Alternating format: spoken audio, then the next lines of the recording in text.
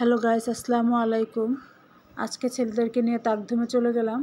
তাকধুমে যেয়ে আসলে ওদের জন্য কিছু পেন্সিল, কলম, খাতা এগুলো কিনবো। কিন্তু দেখেন, আমার বড় ছেলে ওইখানে গিয়ে মনে করেছে ওর পড়ার মতো বই আছে, সেজন্য সে ওই বইয়ের এখানে চলে গেলো। যে দেখা যায় ওর পড়ার মতো কোনো বই নেই। ওইখানে শুধু বাচ্চাদের কবিতা, গল্প আর হচ্ছে হাতের ড্রয়িংয়ের বই আছে। হ্যাঁ, ড্রয়িংয়ের বই আছে, কিন্তু ওর পড়ার মতো কোনো বই নেই।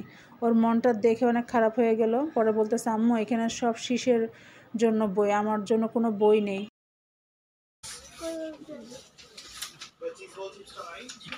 এদিকে জানো, ওইদিকে জানো।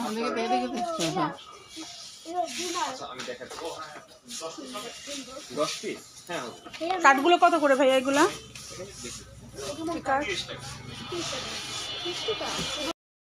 আর আমার ছোটো ছেলেকে দেখেন, ও আমাকে বলতেছে, আম্মু আমারও পেন্সিল রাবার লাগবে, আমিও যাব। সে সাথে এসেছে। দেখেন, ওর পেন্সিল রাবারের কোনো খবর নেই। এখানে ঢোকার পরে ও এখানে গিয়ে এখন গাড়ি পছন্দ করেছে। এখন বলতেছে, আম্মু আমাকে গাড়ি কিনে দাও।